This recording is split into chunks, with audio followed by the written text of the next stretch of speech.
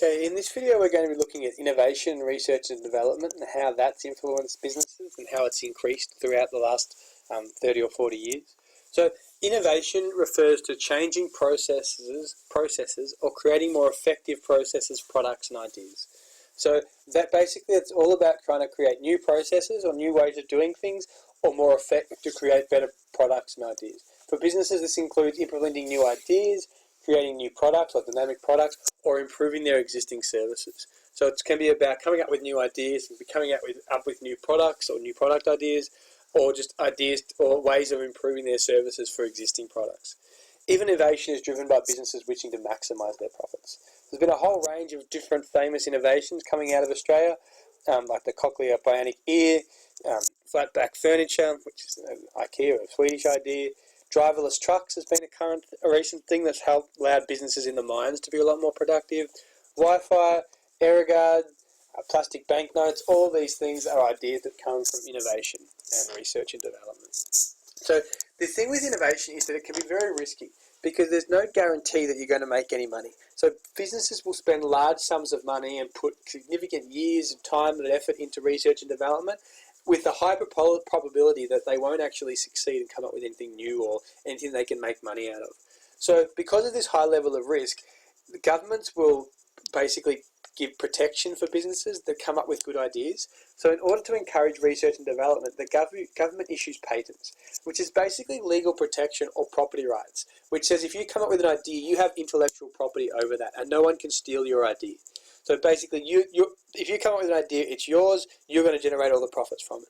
So patents can last up to 20 years, and they allow businesses to try and recover the cost of their research and development and earn significant profits in that period of time. So no one else can copy your idea, you can generate all the profits or have a monopoly in that market at that point in time.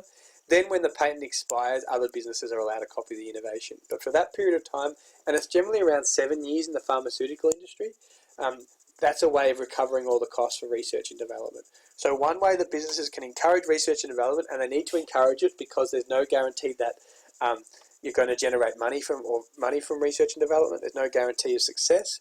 They provide patents for pharmaceutical companies, for those that come up with new drugs, come up with drugs to cure certain diseases, and so on and so forth.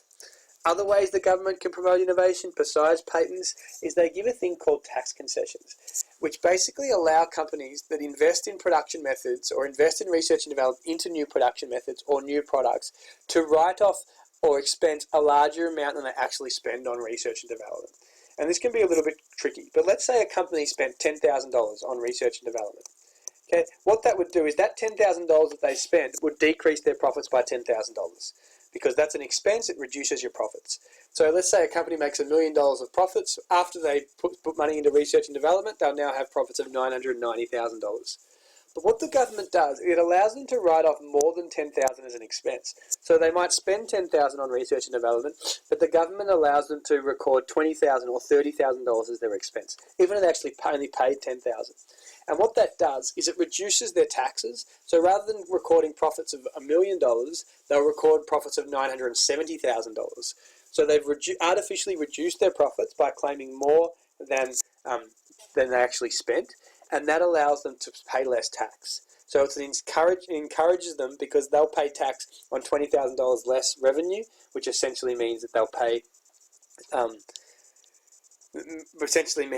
less tax and then be encouraged to provide these services or put money into research and development. So tax concessions allow firms to write off more as of an expense than they actually spent, lowering their taxes or artificially lowering their profits, which allows them to pay less tax. And the government does this because the development of new and efficient production methods can help our international competitiveness, it can help to boost Australia's rate of economic growth, and it can provide a lot of job opportunities.